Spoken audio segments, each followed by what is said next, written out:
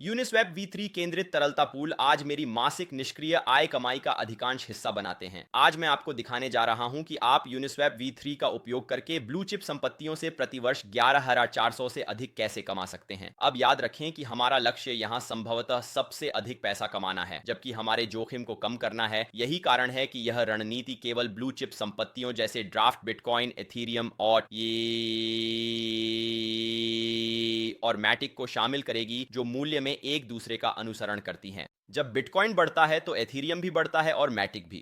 जब बिटकॉइन गिरता है तो एथीरियम भी गिरता है और मैटिक भी। और जबकि ये सभी संपत्तियां काफी अस्थिर हैं, वे कुछ डीजेन संपत्तियों और तरलता पूलों की तुलना में उतनी अस्थिर नहीं हैं जिनमें मैंने पहले निवेश किया है, जैसे कि बोन से इथेरियम। अब यूनिस्वैप V3 का संक्षेप में पुनरावलोकन करते हैं। यूनिस्वैप V3 आपको यूनिस्वैप एक्सचेंज पर अपनी तरलता को केंद्रित करने की अनुमति देता है।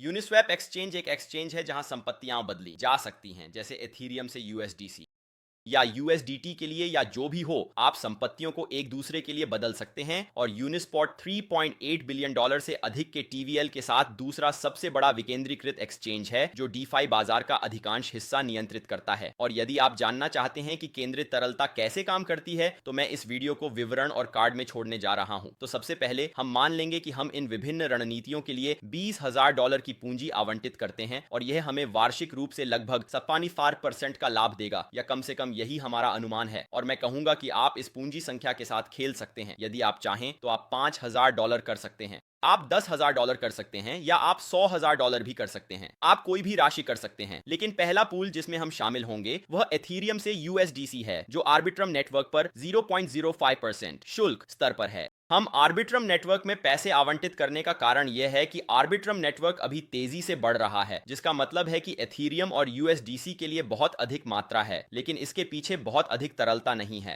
जिसका अंततः मतलब है कि हमें आर्बिट्रम नेटवर्क पर रहने के लिए वास्तविक एथीरियम नेटवर्क की तुलना में अधिक पैसे मिल रहे हैं। अब यदि हम $20,000 का 12.5% वहां आवंटित करते हैं और हम लगभग 25% वार्षिक उपज कमाते हैं, तो हमें हर साल लगभग $400 कमाने की उम्मीद है। यह मानते हुए कि हमारे पास लगभग $450 से $2,200 के रेंज है, जो एक उचित रेंज है। जैसे बाजार चलता है, इसे समायोजित करना होगा। मैं उल्लेख करना चाहता हूं कि यह उपज की उत्पत्ति, मैंने इस उपज का यूनिस्वैप V3 कैलकुलेटर से बैक टेस्ट किया, और मान लेना है कि हम 30 दिन पहले से अब तक आ चुके हैं और हमें हमारी कुल शुल्क उपज दिखाएगा।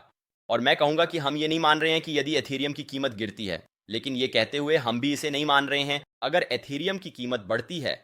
हम बस शुल्क राजस्व में भुगतान की गई उपज को देख रहे हैं। जैसे यूनिस्वैप वास्तविक उपज है, व्यापारी शुल्क देते हैं और तरलता प्रदाता शुल्क प्राप्त करते हैं, यानी यह सुनिश्चित नहीं है। तो ये बहुत कम हो सकता है या ये बहुत अधिक हो सकता है। लेकिन ये कहते हुए हम इथीरियम नेटवर्क पर एथीरियम से USDC के लिए कुछ एक्सपोजर चाहते हैं, बस इस मामले में कि वॉल्यूम फिर से एथीरियम नेटवर्क पर शिफ्ट हो जाए। तो इस स्थिति के लिए 12.5% और आवंटित करना ये बस एथीरियम नेटवर्क पर है। हम वर्तमान में लगभग समान उपज बनाने का अनुमान लगा रहे हैं, जो हर साल लगभग $400 होगा, जिसे 26% वार्षिक भी कहा जाता है। तो आप यहाँ रणनीति को देख सकते हैं। हमारे पास एक ही पूल है, लेकिन दो अलग अलग नेटवर्क पर। अगर एक नेटवर्क पर दूसरे की तुलना में अधिक वॉल्यूम है, तो हम उस वॉल्यूम को पकड़ रहे हैं, बजाय इसके कि हम उस वॉल्यूम को खो दें। यह वार्षिक रूप से उच्च उपज पर समतल होता है। मैं कहूंगा कि मैंने इसे विभिन्न स्थिर कॉइन से एथीरियम जोड़ों में फैलाने पर विचार किया, लेकिन मैंने तय किया कि यह हमारे सर्वोत्तम हित में नहीं है। और इसका कारण यह है कि डाइटो एथीरियम और USDT से एथीरियम दोनों की उपज USDC से एथीरियम की तुलना में बहुत कम है। इसलिए इसे विभिन्न नेटवर्कों में आवंटित करना विभिन्न स्थिर कॉइनों को एथीरियम के साथ जोड़ने की तुलना में कहीं अधिक लाभकारी होगा। लेकिन अगले पुल में जाने के लिए यदि हम अपने $20,000 का 25% केवल पॉलीगॉन नेटवर्क पर मैटिक से USDT में आवंटित करते हैं, तो हम लगभग 85% वार्षिक उपज प्राप्त कर सकते हैं, जो एथीरियम से अधिक है, लेकिन इसके साथ अधिक जोखिम भी है, क्योंकि मैटिक एथीरियम की तुलना में थोड़ा अधिक अस्थिर है। यह हमें हर साल लगभग $4,300 देगा, इसलिए यह हमारे वास्तविक आय का 1/3 से थोड़ा अधिक बनाता है, जो थोड़ा मजेदार है। इसके साथ कहा गया है कि इसका बिल्कुल वही है।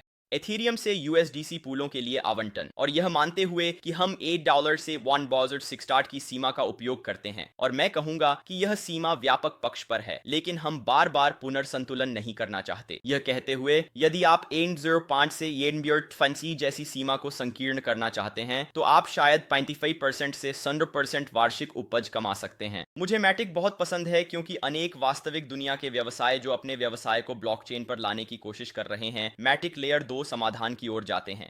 अन्य नेटवर्कों जैसे एथीरियम नेटवर्क या आर्बिट्रम नेटवर्क पर जाने के बजाय एक उदाहरण स्पष्ट रूप से स्टारबक्स है। उनके पास एक एनएफटी लॉयल्टी प्रोग्राम है जो पॉलीगॉन नेटवर्क का उपयोग करेगा एथीरियम नेटवर्क के बजाय, क्योंकि मैटिक एक बहुत सस्ता नेटवर्क है, लेकिन यह एक बहुत लोकप्रिय और अपनाया गया नेटवर्क भी है। और मुझे यकीन है कि आप में से सभी लोग यूनिस्वाप V3 कैसे काम करता है इसके बारे में परिचित नहीं हैं, इसलिए मैंने एक मुफ्त व्यापक गाइड साझा की है जो यूनिस्वाप V3 के बारे में आपको जानने की जरूरत की हर चीज को कवर करती है। यह कहते हुए, हम एक एथीरियम थीमैटिक पूल में भी शामिल होंगे। इसका कारण यह है कि एथीरियम और मैटिक दोनों सह संबंधित संपत्तियां हैं, इसलिए यदि हम पिछले वर्ष में एथीरियम और मैटिक के सह संबंध को देखें तो यह लगभग 77 है, जो बिल्कुल भी बुरा नहीं है, लेकिन यदि हम पिछले 30 दिनों को देखें तो यह 40-40 है, जो वास्तव में बहुत अच्छा है। और इसका मतलब यह भी है कि हम थोड़ी तंग सीमा के साथ जा सकते हैं और स्थायी हानि में लगभग उतना नहीं होगा। इसलिए हमारे कुल 20,000 में से 20% को इस पूल में आवंटित करने से लगभग 37% वार्षिक उपज होगी, जो इतनी अधिक नहीं है, लेकिन एक बार फिर यहाँ स्थायी हानि में उतना नहीं है। खैर, हम हर साल लगभग $8,400 की उपज प्राप्त करेंगे। और मैं कहना चाहता हूं कि मैंने पॉलीगॉन नेटवर्क पर इस पूल का परीक्षण किया और यह लगभग 25% का भुगतान कर रहा था, इसलिए मुझे लगता है एथीरियम नेटवर्क के साथ जाना बहुत बेहतर है। अब इस सूची में कुछ बिटकॉइन शामिल करने के लिए मैं कुल पूंजी का 15% एथीरियम में आवंटित करूंगा ताकि ऑप्टिमिज्म नेटवर्क पर बिटकॉइन को लपेटा जा सके।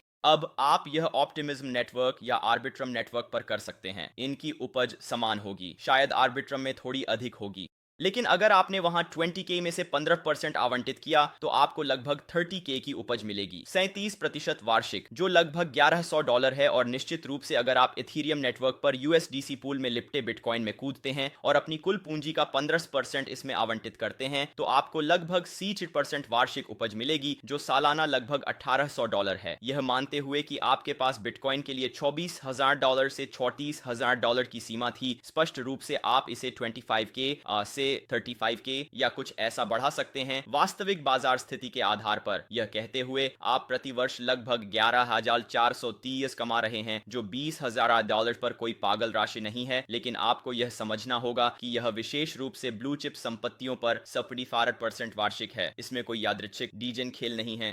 ये ब्लू चिप्स हैं। यही कारण है कि अगर आप केवल $8,000 की पूंजी खेल रहे हैं तो यह शायद इसके लायक नहीं होगा। मेरे लिए इन विभिन्न रणनीतियों में जमा करना सही नहीं होगा। जब आप लगभग $10,000 की पूंजी के साथ खेलना शुरू करते हैं तो यह सही बनता है, क्योंकि आप हर महीने कुछ $100 कमा रहे हैं। और यह कहते हुए, यह किसी भी निवेश के लिए आपके लिए एक निवेश गाइड या सुझाव नहीं है। ईमानदारी से मुझे इस जानकारी के साथ आप क्या करते हैं इसकी परवाह नहीं है। मैं आपको संभावनाएं बता रहा हूं। यह कहते हुए, यदि आपको आज का वीडियो पसंद आया तो एक लाइक छोड़ें, सब्सक्राइब करें और नोटिफिकेशन चालू करें, और मुफ्त यूनिस्वॉप V3 गाइड तक पहुंचना न भूलें जो नीचे विवरण में है। आशा है कि अगली बार आपसे मिलेंगे, और शांति।